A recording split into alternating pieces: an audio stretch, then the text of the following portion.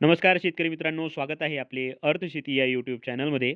जिथे आपण आज सोयाबीनवर दुसरा फवारा कोणता घ्यावा त्याबद्दल संपूर्ण माहिती घेऊया आणि या फवाऱ्यामध्ये मुख्य उद्देश काय असतील हे सुद्धा समजून घेऊया आणि काही महत्त्वाच्या बाबी ज्या आपला उत्पादन वाढीसाठी आणि उत्पन्नाचा जो खर्च आहे तो कमी करण्यासाठी राहतील.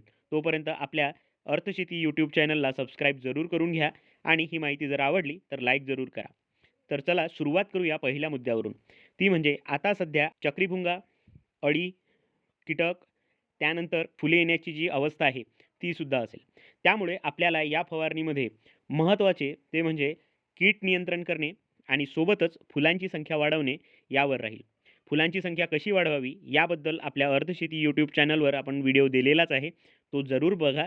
सखोल माहिती आहे आणि त्यावर नेमके कोणते घटक वापरावे हे सुद्धा व्यवस्थित समजून सांगितलेले आहे. तर या फवारणीमध्ये आपल्याला मुख्यत्वे 2 घटकांचा वापर करायचा आहे. तो म्हणजे इमामॅक्टिन बेन्झोएट 5% आणि जर तुमच्या इथे खोडकिडा किंवा चक्रीभुंगा हा जर असेल, तर याच्यासाठी सगळ्यात चांगला जो इफेक्टिव्ह मार्ग आहे, तो म्हणजे थायमिथॉक्झाम प्लस लॅम्बडासायहॅलोथ्रिन किंवा लॅम्बडासायहॅलोथ्रिन प्लस क्लोरांट्रानिलिप्रोल या 2 कॉम्बिनेशनचा जर वापर केला, तर आपल्याला चक्रीभुंगा तसेच अळी यांचा कंट्रोल झालेला दिसून येईल. यासाठी आपल्याला बाजारामध्ये भरपूर प्रकारचे प्रॉडक्ट्स उपलब्ध आहे. ते तुम्ही घेऊ शकता. त्याचे रिझल्टसुद्धा चांगले आहे. म्हणजे 5 ते 6 दिवस नाही, तर ते जवळपास 10 ते 12 दिवसाचा रिझल्ट देऊन जातात. त्यामुळे आपल्याला इथे अशा प्रकारचे घटक वापरणे योग्य राहील. जर तुम्ही लॅम्बडासायहॅलोथ्रिन प्लस क्लोरांट्रानिलिप्रोल हा घटक वापरत असाल, तर इमॅमॅक्टिन बेन्झोएटचा वापर करायचाच नाही आहे. त्यामध्ये योग्य प्रकारे नियंत्रण केल्या जाते आणि खूप चांगल्या दिवसांसाठी केल्या जाते. यानंतर महत्त्वाचा मुद्दा तो म्हणजे फुलांची संख्या वाढवणे.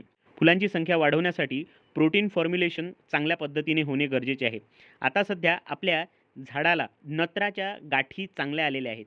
ते आता फुलं येताना आपल्याला खूप अत्यंत आवश्यक असतात. त्यामुळे आता आपण प्रोटीनचे जे प्रमाण आहे, झाडांना प्रोटीनचे प्रमाण देणे गरजेचे आहे. त्यासाठी आपण प्रोटीन निर्मिती करण्यासाठी आणि फ्लोरिजन हार्मोन वाढवण्यासाठी आपल्याला इथे नायट्रोबेन्झिन हा जो घटक आहे याचा वापर करणे योग्य राहील किंवा हायड्रोलाइज प्रोटीन जे तुम्हाला टाटा बहारमध्ये सुद्धा बघायला मिळतात, अशा घटकांचा वापर करणे योग्य राहील किंवा अमिनो ॲसिडचा सुद्धा वापर केला तरीही चांगल्या पद्धतीने वाढ होण्यास आणि सोबतच रिप्रोडक्टिव्ह सिस्टममध्ये सुद्धा याची चांगली मदत झालेली दिसून येते. त्यामुळे या 3 घटकापैकी एक कुठलाही घटक जर तुम्ही फवारणीमध्ये वापरला तर तुम्हाला फायदा झालेला दिसूनच येईल. परंतु त्या सर्वांमध्ये सगळ्यात स्वस्त नायट्रोबेन्झिन हा घटक आहे. तो तुम्ही वापरा. तुम्हाला त्याचे चांगल्या पद्धतीचे रिझल्ट आलेले दिसून येतील. आणि नायट्रोबेन्झिनमध्ये सुद्धा 20% ते 35% हे प्रमाण आहे. ते प्रमाण तुम्ही तुमच्या खर्च करण्याच्या आवश्यकतेनुसार घेऊ शकता. आणि यामध्ये आपल्याला ह्युमिक ॲसिडचे जर प्रमाण ॲड करता येत असेल, तर ते सुद्धा तुम्ही जरूर करा. कारण आता मुळांची जी संख्या आहे ती योग्य ठेवणे आणि चांगल्या पद्धतीने वाढवणे हे गरजेचे आहे. त्यासाठी तुम्ही या फवारणीमध्ये ह्युमिक ॲसिडचा वापर जरूर करा. आता ही जी फुलांची संख्या वाढवण्यासाठी आपण जी फवारणी करतोय, ती फुले आल्याच्या नंतर नाही, तर फुले येण्याच्या 4 ते 5 दिवसांअगोदर करावी. तेव्हा जाऊन तुम्हाला याचे चांगले रिझल्ट आलेले दिसतील. सोबत 1261 हे वरखत जर घेतले तर अधिकच चांगले.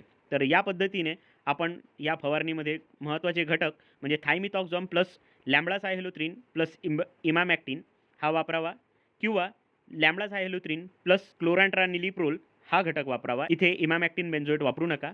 नायट्रोबेन्झिन किंवा टाटा बहार सोबत 1261 हे खत वापरावे, ज्यामुळे तुम्हाला फायदा झालेला दिसून येईल. तर अशाच पद्धतीच्या माहितीसाठी आपल्या अर्थशेती यूट्यूब चॅनलला सबस्क्राईब जरूर करा. तुम्हाला याचा फायदा झालेला दिसून येईल. धन्यवाद.